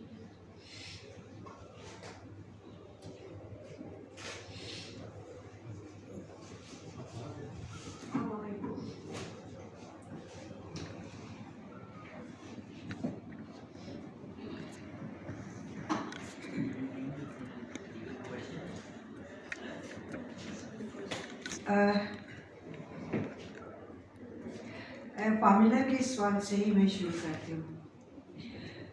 About the process which was taken up for making changes in labor laws. The presidents in the countries, whenever they have to make any change in any law, labor laws I am talking, they are supposed to discuss with stakeholders. And stakeholders are workers. And they are represented through their unions. उनसे बात होना चाहिए. उनसे discussion होता है, employers से अलग होता है, उसके बाद ट्राइपार्टाइट मैकेनिज्म है, इंडियन लेबर कॉन्फ्रेंस होती है, और उसके बाद ही किसी लॉ को आगे ले जाया जाता है. किसी भी लॉ में चेंज लाना है या नया लॉ बनाना है, फॉर्मेटिव स्टेज से, ड्राफ्टिंग स्टेज से trade unions should be involved. In labour codes के मामले में किसी भी स्टेज में ट्रेड यूनियन का कोई रोल नहीं था. They did not call trade unions even for discussion. Laws को वेब पेज पे फेंक दिया गया था और हमको कहा गया था कि इस पे कमेंट्स लो, और हम लोगों को मालूम भी नहीं था वेब पेज पे पड़ा हुआ है. किसी की इंफॉर्मेशन में गया, उसने दूसरे ट्रेड यूनियन कमेंट्स को इमीडिएटली शेयर किया और सबने इमीडिएटली अपने अपना यूनियंस ने उसका कुछ बनाया, फिर इकट्ठे बैठे और वो रिप्रेजेंटेशन भी दिया. उसका कोई कद्र नहीं हुआ. जो कोड ऑन वेजेस था उसके ऊपर जो पार्लियामेंट्री कमेटी भी बनी थी, उसमें जो सजेशंस भी भेजी थे, कोई कॉग्निजेंस नहीं लिया गया. और जो वेब पेज पे लॉ था उससे भी बुरा लॉ अल्टीमेटली पार्लियामेंट में पेश किया गया. तो code on wages even employers को भी गुस्सा है और वो आज तक लागू करने के लिए तैयार नहीं थे. कोड ऑन वेजेस इसलिए लटक गया था, सबसे पहले बुलाया गया था और 1919 में उसको पेश किया. और इतना बड़ा मजाक हिंदुस्तान के मजदूरों के साथ कि उन्होंने फ्लोर लेवल वेज की बात की. जो एग्जिस्टिंग मिनिमम वेज है डिफरेंट स्टेट्स में, जो स्टैट्यूटरी है उससे भी नीचे का, ताकि एम्प्लॉयर अगर उससे नीचे दे रहा है तो ही आप स्यू कर सकते हो, अदरवाइज नहीं. तो जो मिनिमम वेज थी वो उसको भी नीचे लाने का पूरा प्रयास किया गया.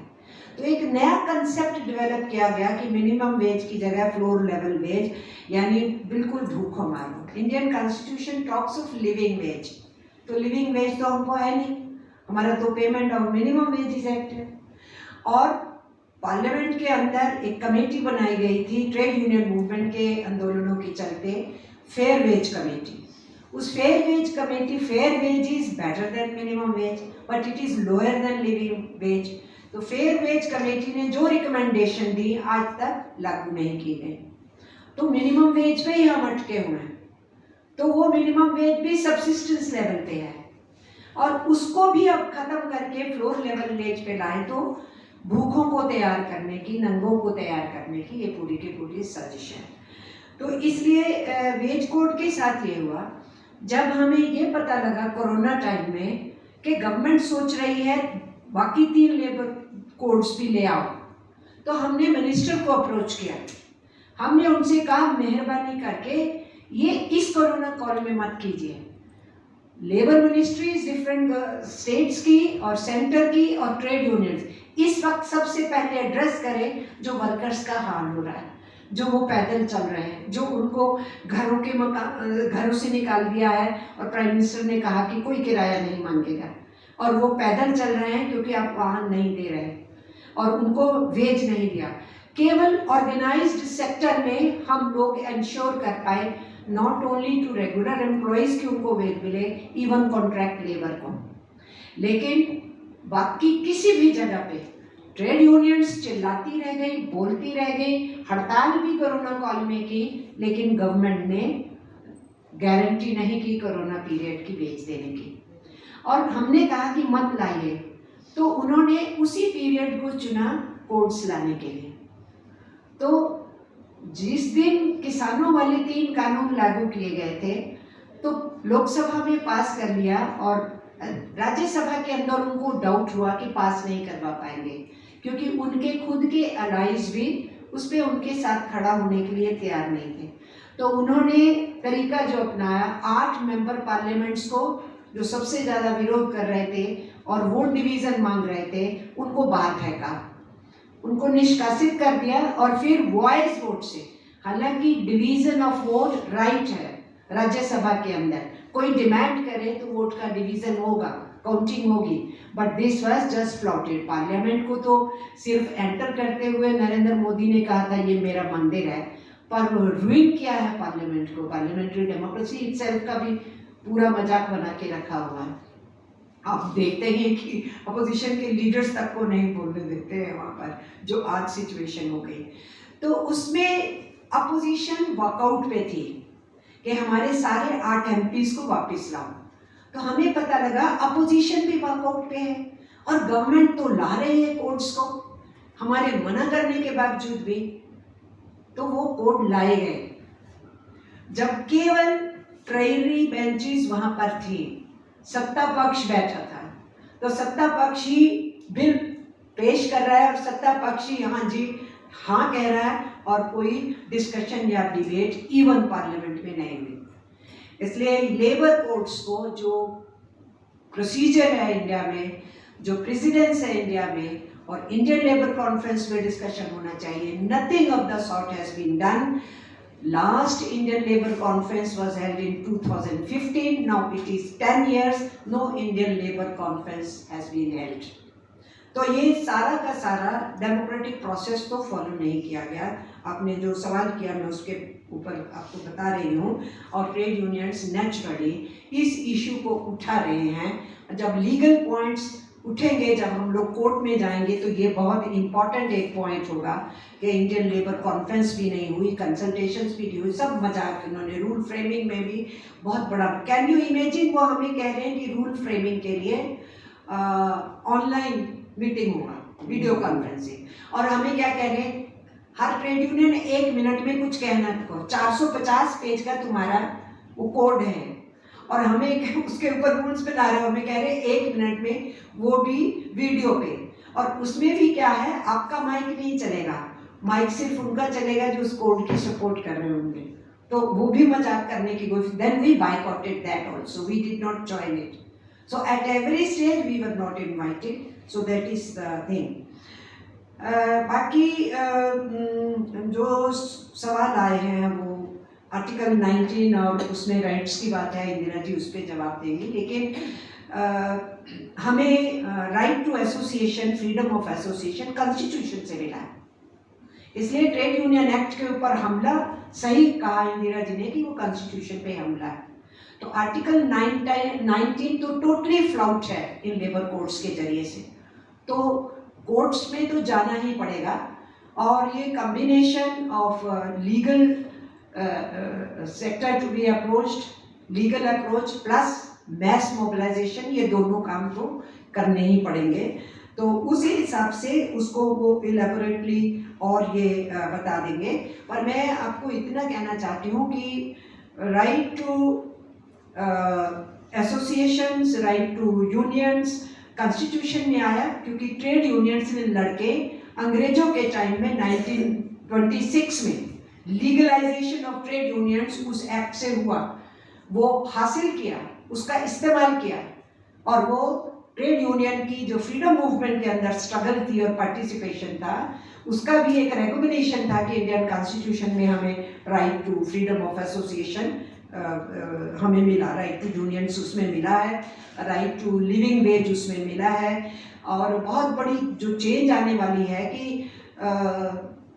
इस लेबर कोर्ट्स के आने के बाद जो हम सीधा हाई कोर्ट का इस्तेमाल कर पाते थे, वो नहीं कर सकते अब। आप किसी चीज़ पे स्टे लेने के लिए कोर्ट में जा सकते थे, अगर ये लेबर कोर्ट लागू होते हैं वो राइट सारे छीन जाएंगे, कुछ भी नहीं। लेबर कोर्ट्स भी हटा दिए जाएंगे, हमें ट्राइब्यूनल्स पे फेंक दिया जाएगा, और उसके अंदर जो रिप्रेजेंटेशन होना चाहिए वर्कर्स का या किसी स्टेज के ऊपर डिस्कशंस का, वो सब कुछ डाइल्यूट ही नहीं हो जाएगा। अल्टीमेटली उसका पर्पज़ ये है ट्रेड यूनियंस की आवाज़ को कैसे बंद कर दिया जाए, तो ये उसके अंदर है।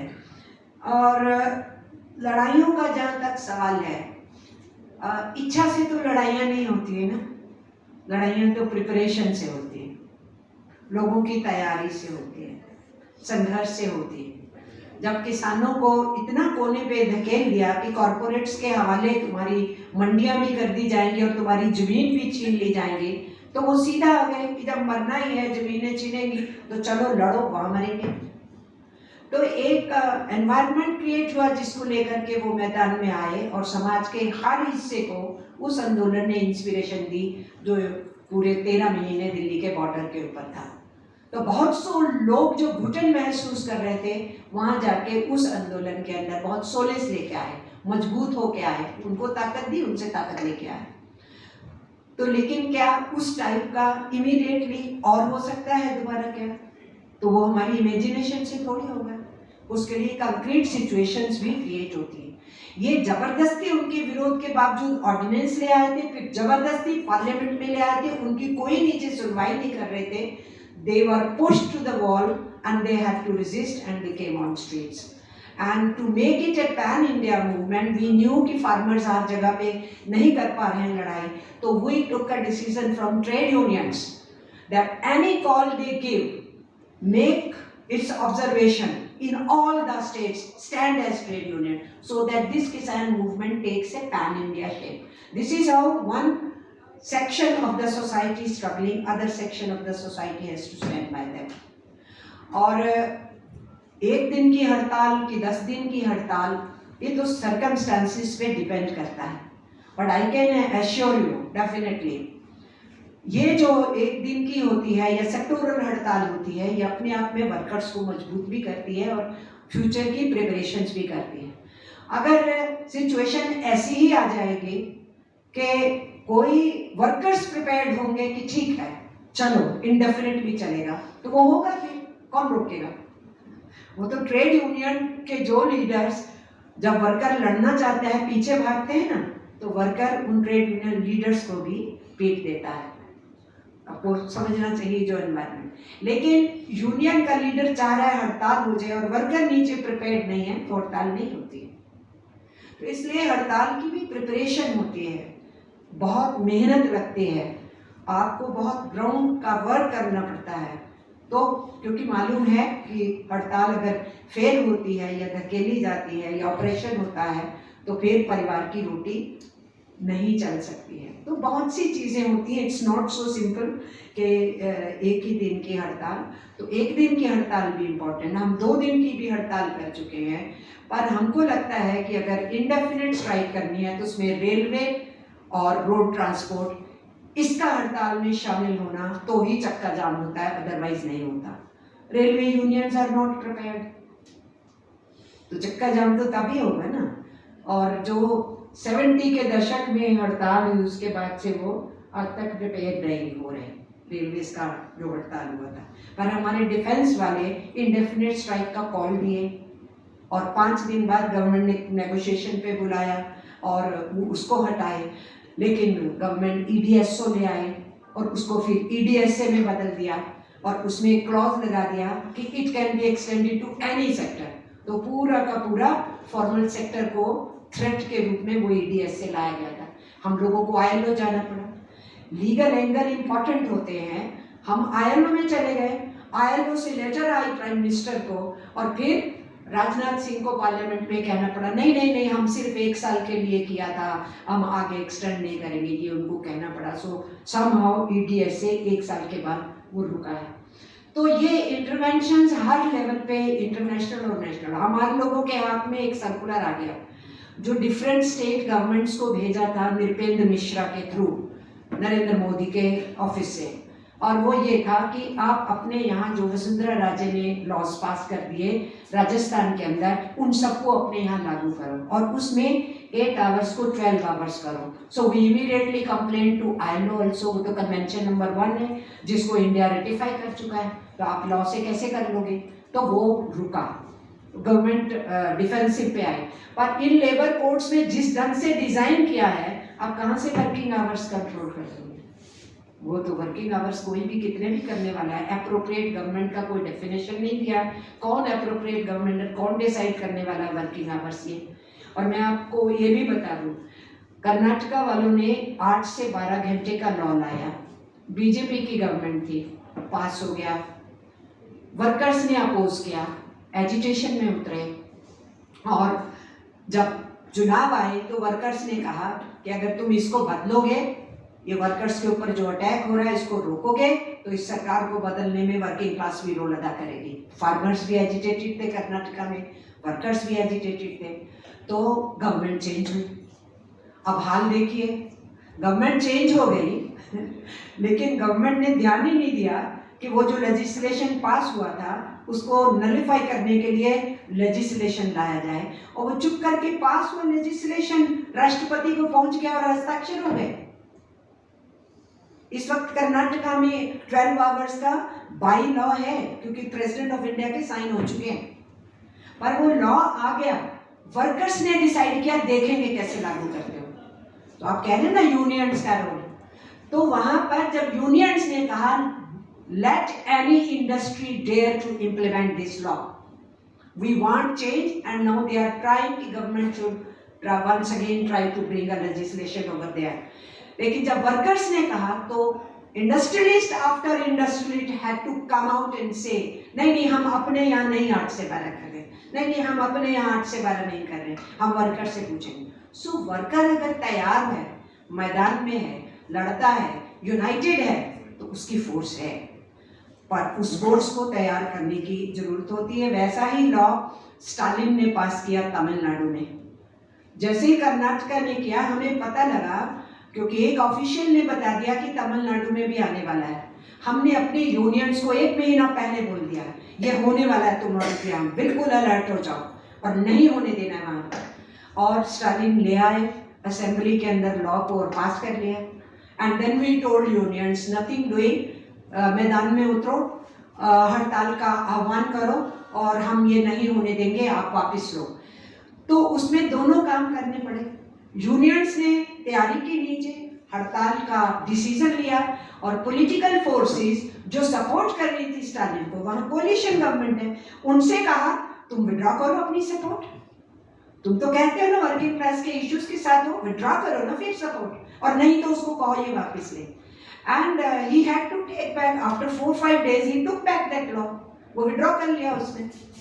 तो there are different things, you have to utilize many ways, many methods, many resources, political, non-political, judiciary, being on the sadak, having hartal, all methods are supposed to be used. And I think the days are ahead जो लड़ाइयाँ लंबी भी होंगी, क्योंकि government बहुत गहरे से पैठ जो है कर रही है। मैं इतना ही कहूँगी कि हम ताकत लेते हैं अपने इतिहास से। हमारे ये ताकत है कि हिंदुस्तान के अंदर कंप्लीट इंडिपेंडेंस का नारा पॉलिटिकल प्लेटफॉर्म से नहीं आया, ट्रेड यूनियन से आया। 1920 में ITUC बनती है, और 1921 में झरिया में कंप्लीट इंडिपेंडेंस का स्लोगन पास करते हैं, और सिर्फ पास करके नहीं बैठ जाती है, क्योंकि वो अम्ब्रेला ऑर्गेनाइजेशन थी, सिंगल थी। वो सारी जो स्ट्रगल है, till there was no other central trade union, that is heritage of everybody, and before 1920 labour movement heritage is of everybody, all those who are doing unions, we all should own that heritage. तो 21 के अंदर झरिया में complete independence का slogan पास करने के बाद जहां जहां इंडियन नेशनल कांग्रेस का सेशन होता था, वहीं पर वर्किंग क्लास मोबिलाइज होकर पहुंचती थी, झंडे लेती थी और कहती थी पास करो, तुम पॉलिटिकल प्लेटफॉर्म है, पास क्यों नहीं कर रहे हो, कंप्लीट इंडिपेंडेंस का स्लोगन दो। 8 साल लगातार वर्कर्स ने, यूनियंस ने फार्मर्स को साथ लेके एजिटेट किया, जहां जहां INC का सेशन होता था। और जब कलकत्ता में हो रहा था, strong 50,000 crowd which the newspapers of that time are reporting, उसमें गांधी जी बाहर निकले सेशन से, नेताजी सुभाष चंद्र बाहर निकले, और गांधी जी ने वहां पर कहा इस साल नहीं कर पाएंगे, अगले साल करेंगे।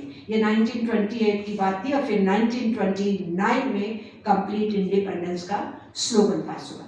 तो ये मैसेज वर्किंग क्लास तक जाना है ना, वर्कर्स तक, कि तुम्हारा रोल कि अपनी वेज मांगने के लिए 8 घंटे के लिए ही नहीं था, अंग्रेजी राज को उखाड़ फेंकने का भी था। तुम लोगों ने लड़ा है, और पॉलिटिकल प्लेटफॉर्म को भी हमेशा चेताया है, डायरेक्शंस देने का काम किया है, लड़ना सिखाया है, All that needs to be done. They have to be told कि लाला लाजपत राय ही फाउंडिंग प्रेसिडेंट थे फर्स्ट सेंट्रल ट्रेड यूनियन के. They have to be told कि Nehru was president of AITUC जब साइमन कमीशन इंडिया आया. उस साइमन कमीशन गो बैक के नारे को ट्रेड यूनियंस ने मैदान में उतारा. उसी में ही लाला लाजपत राय को लाठियां लगी थी. साइमन कमीशन गो बैक और उसके बाद उनकी शहादत हुई थी. We should be able to tell कि किस तरीके से भगत सिंह ने दो कानून, जो मुखरित मैं दो की बात कर रही हूँ, पब्लिक सेफ्टी एक्ट और जो अंग्रेज डिस्प्यूट एक्ट इंडस्ट्री का लेकर के आए थे, इन दो लॉज जो उनका पर्चा बांटा गया था, इन लॉज का विरोध करते हुए उन्होंने शोर मचाने वाले उस बम को वहां पर फेंका था. तो there was no shade of political movement in this country which was not with the side of the working class. That was the strength of working class, and that is the strength in post independence India also. जितने हमने laws लिए post independence, कोई आराम से नहीं मिला है. पंडित नेहरू हमारे प्रेसिडेंट थे आईटीयूसी के, तो क्या वो प्राइम मिनिस्टर हो गए थे तो अपने आप क्या उन्होंने दे दिया था? नो. कॉन्स्टिट्यूशन में हमें मिला, लेकिन फिर जो हमें लॉ चाहिए थे जो कॉन्स्टिट्यूशन में मिले, उसको नीचे लेजिस्लेशंस में बदलना है, लॉस में बदलना है, कानून लाने हैं, तो उसके लिए लड़ना पड़ा. राज्यों में लड़े, केंद्र में लड़े, तो कहीं जाके हमको वो लॉज मिले. पे कमीशन, ये पहला जो लॉ कमीशन है, कितने साल लड़ने के बाद हमें मिला. और 1929 में हमें कब ये पास हुआ कि कंप्लीट इंडिपेंडेंस होनी चाहिए? जब नेताजी सुभाष चंद्र बोस अध्यक्ष थे आईटीयूसी के, उस साल में. और जो प्रॉमिस गांधी जी ने नेताजी सुभाष चंद्र के सामने की, वो नेक्स्ट ईयर में परिणति में आई जब आईटीयूसी के प्रेसिडेंट नेताजी थे.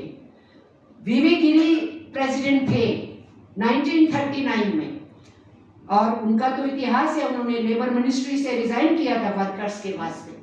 उनकी तो हिस्ट्री है. जब वाइस प्रेसिडेंट ऑफ इंडिया हुए तो उनके टाइम में जो चैलेंज किया गया नेशनलाइजेशन ऑफ बैंक्स को, उनकी हमदर्दी वर्कर्स के साथ थी. बाद में वो प्रेसिडेंट ऑफ इंडिया हुए.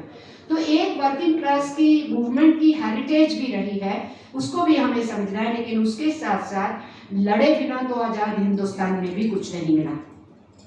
ये जितने लॉज हम कह रहे हैं ना कि ये मिल गया हमें, वो मिल गया, पेंशन मिल गई, ओके, हर चीज के लिए सड़कों पे लड़ा गया है.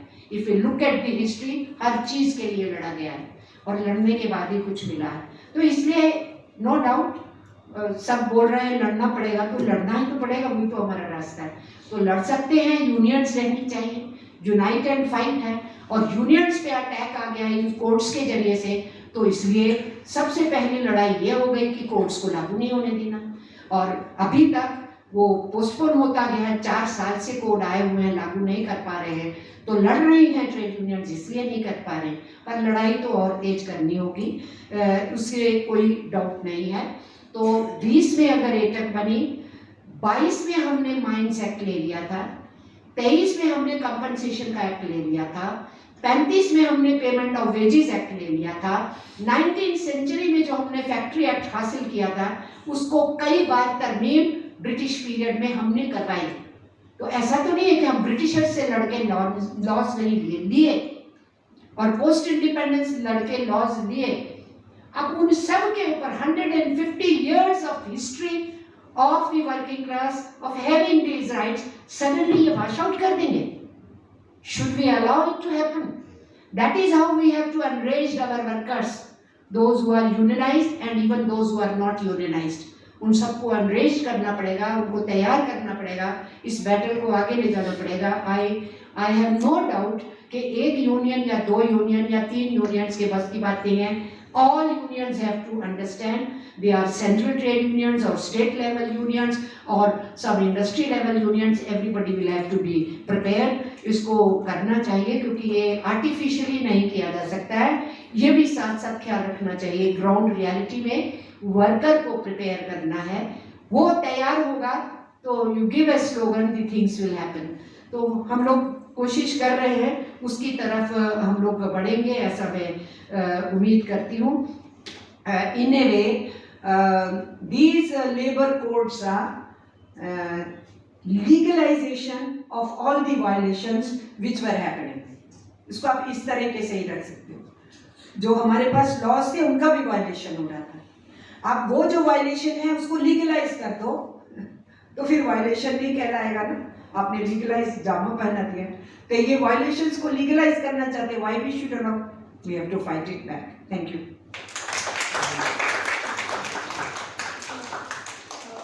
Very briefly, two questions. One was about the workers being pushed into the unorganized sector, if that was the question. See, unfortunately, Comrade Thankappan spoke about the Contract Labour Act, its origin, and how damaging it was. Now, the battle to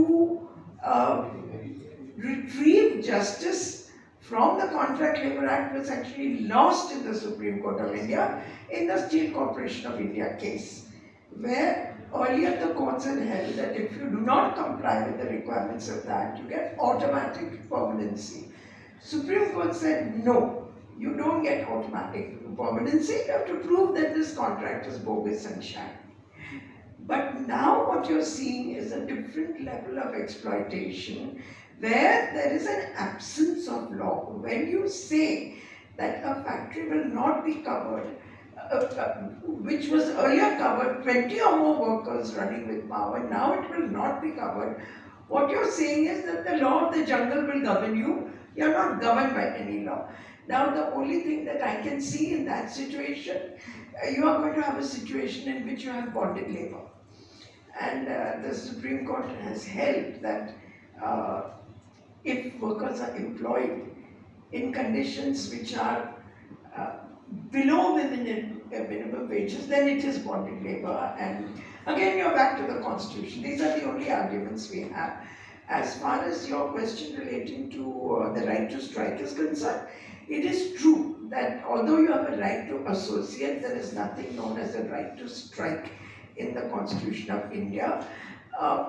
But the statute gives you a right to strike. But the conditions are so stringent, 60 days notice. And if during that period it is admitted in conciliation, your strike is illegal. So you do have that situation. But also let me tell you, it might surprise you to know that the courts have held that there is no fundamental right to vote in a democracy. So I think the only way to look at it is to forget about whether it's a fundamental right or not. It is a right. And then move on from there and see what kind of advantages can be obtained from that right.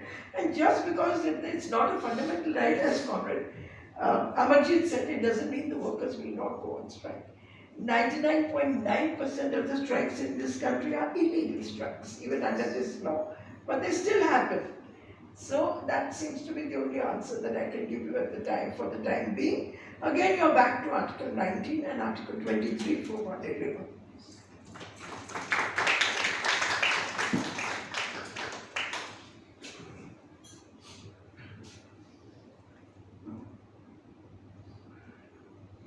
I don't want to in any way try and sum up what's been said, because I think summary of what has been said lies in the volume that is under discussion today. And I think a lot of effort has gone into it, and I'm grateful to all our three panelists for having read it and brought the best of that out. I do, however, want to add one thing which is there very strongly, and that's come out in the last round. There is nothing called organized and nothing called unorganized. There is only something called worker.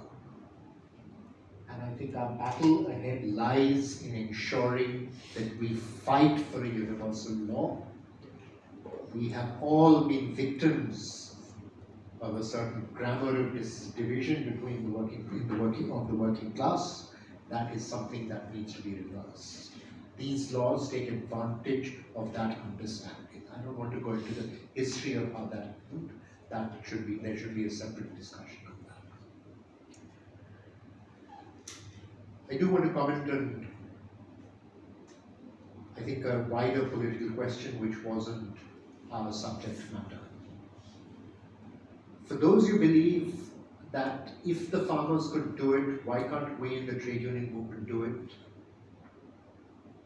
I think that's a very naive view.